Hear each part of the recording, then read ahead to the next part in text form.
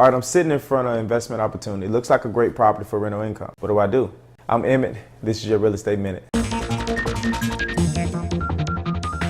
All right, the first thing that probably come to mind is call my real estate agent, get a CMA, comparative market analysis. My response would be, for what? Your second thought probably would be, I'll contact an attorney or a title company, see if I can get a lien search on the property, make sure the title's clear. My reply will be, for what? There are only 3 things you need to know to determine if any residential property is a good investment for rentals, no matter where you are. First thing is, how much monthly rent can I get for this property in this area? Second thing is, how much are the property taxes without any exemptions? Third thing is, are there any rental restrictions in this neighborhood?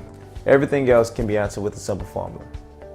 To apply this formula, all you need is the cap rate for your return on investment. So for this example, we'll use 7% for our cap rate. So the formula would look like this. You take your monthly rent, you times it by 12. Okay, well, where do I get my monthly rent from? Go to rentermeter.com. Put in the address, the number of bedrooms. Renter-meter will give us the average rental rate for that area. So now you take your annual rent and you subtract the property taxes from it without any exemptions. Where do you find the property taxes without the exemptions? Go to that county property appraiser's website. Look for the property taxes before any assessments were taken. Any exemptions were taken. So you take that amount and you subtract it from your annual rent amount. That will give us sum number 2. So we'll take the amount number 2, sum number 2, and you want to subtract an estimate for your insurance. That'll give us sum number 3, amount number 3. So then you take amount number 3 and you subtract 15% for vacancies, repairs, and maintenance. So that's sum number 4, amount number 4. Take amount number 4 and now you divide that by your 7% cap rate.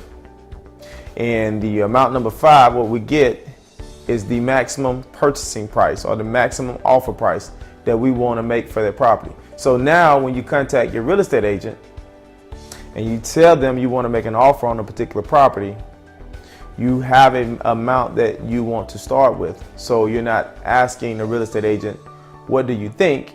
You're telling them what you want to offer in order to get your return. And if you can't get it for that price, then it will not be a good investment because it doesn't meet your rate of return. Make sense? Okay, we'll trace it back a little bit. So again, the amount you get from this formula is the maximum amount that you will want to offer for that property. Any amount less than that number will give you a higher rate of return. Meaning your goal is to try to get 8, 9, 10% return. So as we're negotiating the price down, know that your cap rate is increasing. Now, if you can't get it for that maximum price and you are just sold that this property is a great investment, then you have to go back to your formula and you have to go back to Renter-meter and you have to look at the high amount, the maximum amount of rent that you could get for that area. And now you adjust the numbers, the monthly rent with the maximum rent. But you also have to keep in mind, this property has to have the room for you to make the proper enhancements to get the maximum amount of rent. If this property doesn't have the actual room for you to get the maximum amount of rent for it, then you can't really make adjustments to the formula to make it work to meet a higher purchase price. So the best thing to do is stick with the average. So therefore you have room to increase your rate of return even after you acquire the property if you get it for anything less than what that maximum offer price is, or even the maximum offer price. The minimum you're getting is 7%, but just know that as long as you can go back and adjust those monthly rent, then you have opportunity to increase your rate of return.